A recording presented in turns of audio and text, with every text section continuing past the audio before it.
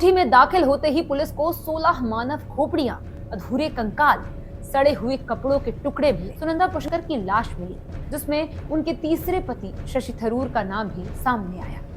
1-2 साल की बच्ची को लाया गया, जिसका सिर फटा हुआ था। शरीर पर इंसानी दांतों के निशान थे, हाथ पैर टूटे हुए थे, पेट के अंदर तक गहरे घाव थे। उस बच्ची की हालत देखकर डॉक्टरों की आंखें भी भर आई थी। मर्डर, तहकीकात, पुलिस, जांच पड़ताल, मौत की नींद सोई लाशें, मगर कातिल कोई भी नहीं। देश भर में ऐसी कहानियां भरी पड़ी हैं, जहां मर्डर हुआ, वहशीपने की हर हद पार कर दी गई, मासूमों की जान ली गई, लेकिन इंसाफ नहीं हुआ। किसने मारा, क्यों मारा, ये किसी बात का पता नहीं चला। ऐसे ही कुछ केसेस की चर्चा आज हम करने वाले हैं। ऐसे केस जिन्होंने देश भर को झकझोर दिया और एक सिहरन सी पैदा कर दी।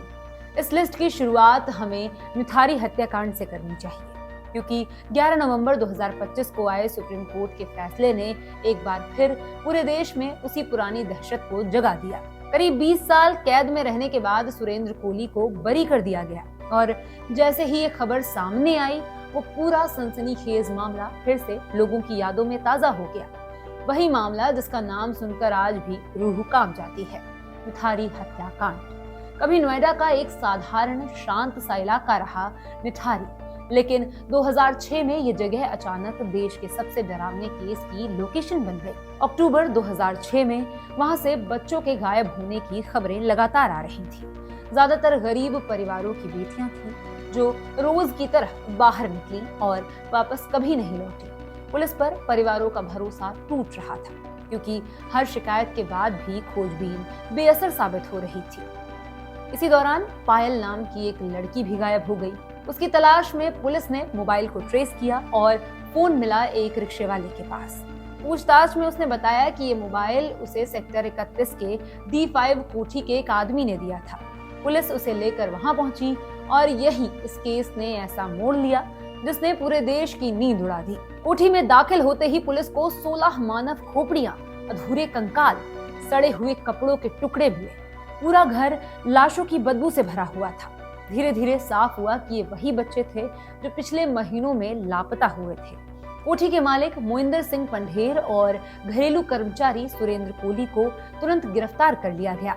जब पूछताछ शुरू हुई तो ऐसे खुलासे हुए जिन्होंने 29 दिसंबर 2006 को निठारी का नाम देश के इतिहास के सबसे खौफनाक अपराधों में दर्ज कर लिया। लेकिन ये कहानी सिर्फ अपराध तक सीमित नहीं रही। ये जांच, लापरवाही और न्यायिक संघर्ष की लंबी यात्रा बन गई। दिसंबर 2006 के बाद भी कंकाल मिलते रहे और पुलिस की लापरवाही पर 5 पुलिसकर्मी निलंबित हुए। 11 जनवरी 2007 को मामला CBI को सौंप दिया गया। फिर शुरू हुआ अदालतों का दौर। 12 फरवरी 2009 को 14 वर्षीय रिम्पा हल्दर की हत्या के केस में दोनों को दोषी ठहराया गया। 13 फरवरी 2009 को दोनों को मौत की सजा सुनाई गई। इसके बाद 2010 से 2012 के बीच कोली को कई और मामलों में फांसी की सजा मिली। मगर कहानी उलटनी शुरू हुई 2021 में, जब 12वें केस में पंढेर बरी हो गया। 2023 में इलाहाबाद कोर्ट ने सबूतों और जांच प्रक्रिया पर सवाल उठाते हुए दोनों आरोपियों को बरी कर दिया। मामला सुप्रीम कोर्ट पहुंचा। 3 मई 2024 को नोटिस जारी हुआ। अप्रैल 2025 में सुनवाई शुरू हुई और 30 जुलाई 2025 को कोर्ट ने हाई कोर्ट के फैसले के खिलाफ दायर 14 याचिकाएं खारिज कर दी। आखिरकार 11 नवंबर 2025 को सुप्रीम कोर्ट ने सुरेंद्र कोली की सुधारात्मक याचिका स्वीकार की और उसे बरी कर दिया। ये एक ऐसा अध्याय था जिसने पूरे केस को फिर से चर्चा में ला दिया।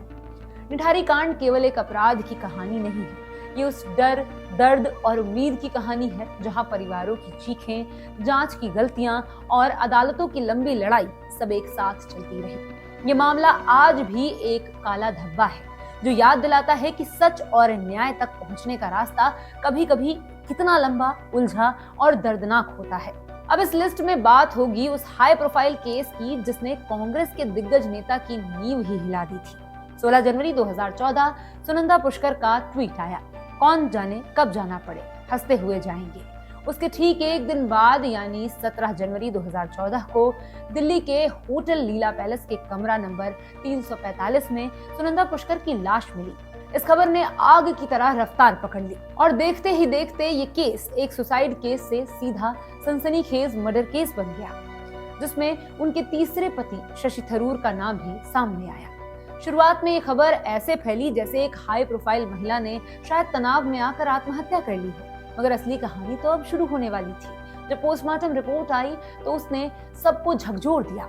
रिपोर्ट ने कहा कि मौत अचानक हुई थी, लेकिन ये एक अननेचुरल डेथ थी। सुनंदा के शरीर पर कई रहस्यमय चोटों के निशान भी थे और सबसे खतरनाक बात, डॉक्टरों को शक था कि सुनंदा को जहर देकर मारा गया था। अचानक ये साधारण सा दिखने वाला केस एक भयावह मोड़ ले चुका था। अक्टूबर 2014 में मेडिकल टीम ने साफ कह दिया कि सुनंदा की मौत जहर से ही हुई है। 6 फरवरी 2015 को दिल्ली पुलिस ने पूरी दुनिया के सामने सुनंदा पुष्कर सुसाइड मामले को मर्डर बताया, लिहाजा हत्या की एफआईआर दर्ज हुई और जांच के लिए एक स्पेशल टीम बनाई गई। इस हाई प्रोफाइल केस की हर परत में एक नया राज छिपा था।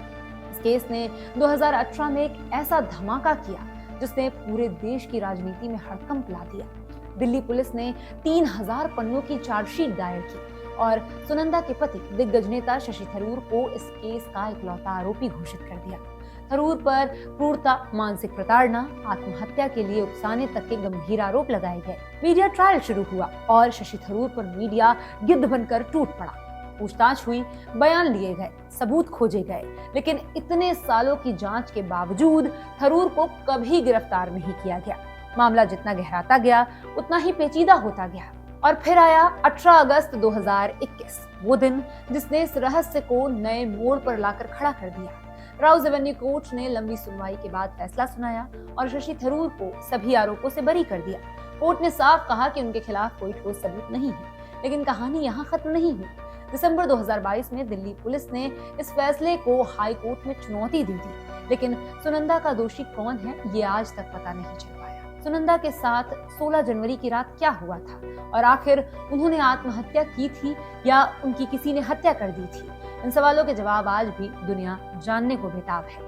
और अब बात उस केस की जिसने दिल्ली के साथ साथ पूरे देश को सोचने पर मजबूर कर दिया कि हैवानियत की आखिर हद क्या हो सकती है। साल 2012 दिल्ली के एम्स ट्रॉमा सेंटर में शोर, स्ट्रेचर की आवाजें, भागते कदम और उसी अफरा तफरी के बीच एक 2 साल की बच्ची को लाया गया, जिसका सिर फटा हुआ था, शरीर पर इंसानी दांतों के निशान थे, हाथ पैर टूटे हुए थे, पेट के अंदर तक गहरे घाव थे। उस बच्ची की हालत देखकर डॉक्टरों की आंखें भी भर आई थी। उस बच्ची का नाम तक किसी को नहीं मालूम था, उसके माँ बाप का अता पता तक नहीं था। बस एक नाबालिग लड़की थी जो कह रही थी कि वो उसकी माँ है। सबसे दर्दनाक बात यह थी कि बेबी फलक की ऐसी हालत एक दिन के टॉर्चर से नहीं हुई थी, बल्कि ये महीनों की बर्बरता थी।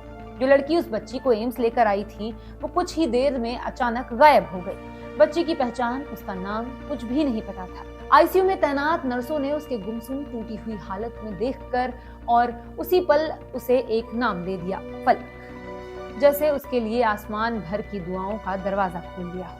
धीरे धीरे पूरे देश में लोग फलक के बारे में सुनने लगे। हर कोई उसके ठीक होने की दुआ कर रहा था, लेकिन दुआओं के बीच एक सवाल लगातार गूंज रहा था, ये बच्ची कौन है और उसके साथ इतनी दरिंदगी किसने की? पुलिस ने जल्द ही उस नाबालिग 15 साल की लड़की को ढूंढना शुरू कर दिया और कुछ ही घंटों में पुलिस ने उसे ढूंढ भी निकाला।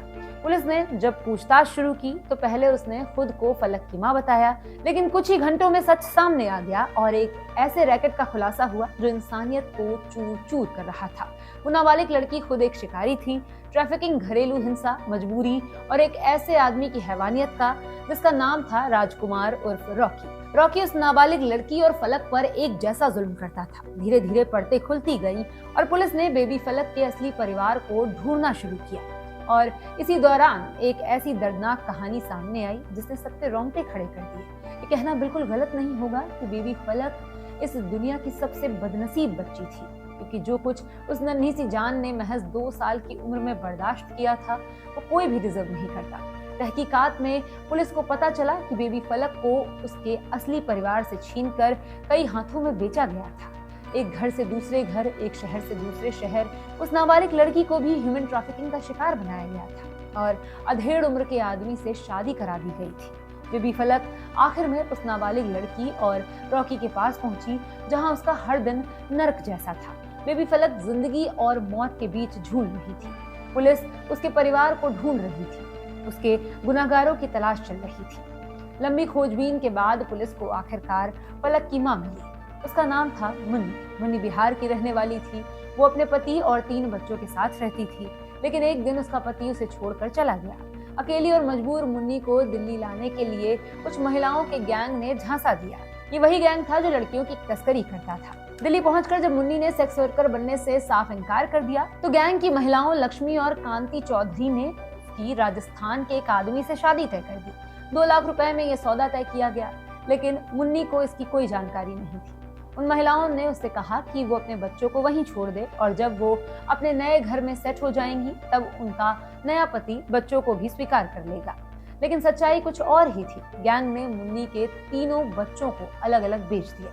उसकी छोटी बेटी सनोबर को बिहार भेज दिया, उसका 5 साल का बेटा किसी और के पास पहुंचा और मासूम पलक को अलग अलग लोगों के हाथों में घुमाते हुए आखिरकार 15 साल की नाबालिग के पास पहुंचा दिया गया, जो खुद भी मजबूरी में एक शादीशुदा आदमी के साथ रह रही थी। मुन्नी को पता ही नहीं चला कि उसकी अपनी जिंदगी तस्करों द्वारा रची गई एक बड़ी साजिश में बदल चुकी थी और उसके बच्चों की किस्मत उन लोगों के हाथों में थी जो उन्हें सिर्फ सौदों की तरह देख रहे थे। जब पुलिस मुन्नी को दिल्ली लेकर आई तो अपनी बेटी की ऐसी हालत देखकर मुन्नी टूट गई। एम्स के डॉक्टर ने बेबी फलक को बचाने के लिए जान लगा दी। उसकी ब्रेन सर्जरी हुई, कई ऑपरेशन हुए, हड्डियों को जोड़ा गया, इन्फेक्शन रोकने की कोशिश की गई, लेकिन आखिरकार 2 साल की बच्ची ये दर्द कैसे बर्दाश्त कर पाती। 15 मार्च 2012 को पलक ने आखिरी सांस ली। उसके जाने के साथ पूरे देश की आंखें भर आई। हर तरफ एक ही सवाल था कि हम आखिर किस तरह का समाज बन गए हैं। इसके बाद गिरफ्तारी शुरू हुई, रॉकी पकड़ा गया, फिर सामने आया दरिंदगी का पूरा नेटवर्क। वो लोग जो बच्चों को पैसों में तोलते थे जैसे वो कोई चीज हो, इंसान नहीं। नाबालिग लड़की ने भी अपना जुर्म कबूल किया। उसका नाम गुड़िया उर्फ लक्ष्मी था। उसने पुलिस को बताया 2011 में राजकुमार ने फलक को उसके हवाले किया था, लेकिन एक नाबालिग और खुद शिकार बनी लक्ष्मी भला क्या फलक को संभालती। लेकिन जब एक दिन फलक उससे संभली नहीं और रोने लगी तो लक्ष्मी ने उस मासूम बच्ची का सर दीवार पर दे मारा, गर्म लोहे से गाल दाग दिए, दांतों से काटा। 17 जनवरी की रात मासूम फलक रोती रही तो वो उसे निजी अस्पताल ले गई। वहां से एम्स रेफर किया गया। लक्ष्मी ने कहा कि वो खुद शोषित थी। उसके पिता ने ही उसे संदीप नाम के एक आदमी को बेच दिया था। संदीप ने 3 दिन तक उसका बलात्कार किया और फिर प्रोस्टिट्यूशन में डाल दिया। फिर वहां से लक्ष्मी राजकुमार के पास चली गई। उसकी राजकुमार से शादी कर दी गई, लेकिन उसने भी उसका शोषण ही किया। इस तरह कुछ दरिंदों की दरिंदगी का गुस्सा और झुंझलाहट लक्ष्मी ने बेबी फलक पर उतार दिया। उस नाबालिग का जुल्म तो बड़ा था, लेकिन वो खुद भी उस जुल्म की शिकार थी, इसलिए लड़की को जेल न भेजकर एक सुरक्षित जगह भेज दिया गया। ये वो कुछ कहानियां हैं जिसने पूरे देश को चौंका दिया था। क्या आप इनमें से किसी केस के साक्षी बने थे? कमेंट करके हमें बताइए। वीडियो को लाइक और शेयर जरूर कीजिएगा। चैनल को सब्सक्राइब कीजिए। ऐसे ही और वीडियोस के लिए देखते रहिए कहानी असली है। कहानी असली है।